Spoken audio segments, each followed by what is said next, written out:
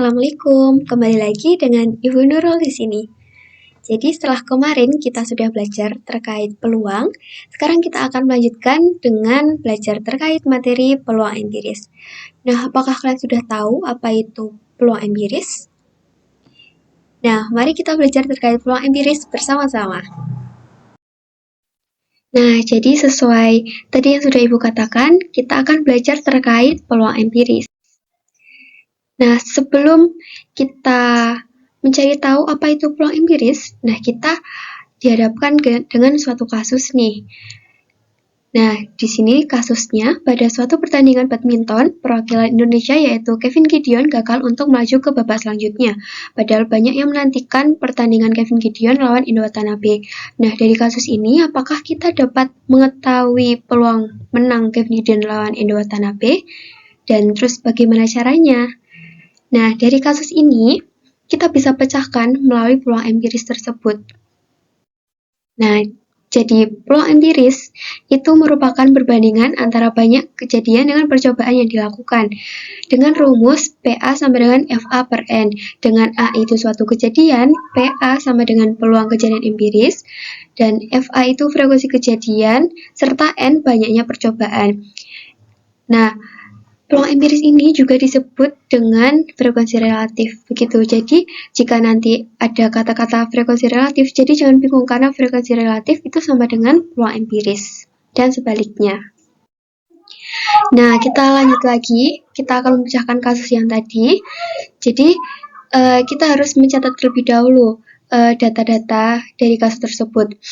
Nah, kita dapatkan total pertandingan sebelumnya itu ada 8 pertandingan. Nah, kemudian dari 8 pertandingan itu, Kevin Gideon menang sebanyak 2 kali. Nah, karena Kevin Gideon menang 2 kali, jadi Indo Watanabe itu menangnya 8 dikurangi 2, yaitu 6 kali. Nah, dari data ini, kita bisa menghitung peluang empiris menang Kevin Gideon, atau kita simbolkan dengan PK. Jadi, PK sama dengan 2 per 8, sama dengan 0,25. Kemudian untuk peluang empiris Indo Watanabe kita simbolkan dengan PE. Jadi PE sama dengan 6 per 8 sama dengan 0,75.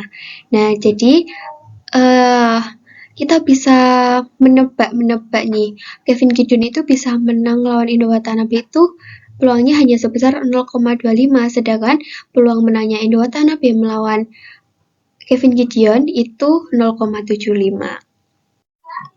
Nah, karena kita sudah belajar terkait peluang empiris itu apa dan rumusnya itu apa, sekarang kita akan lanjut terkait sifat peluang empiris.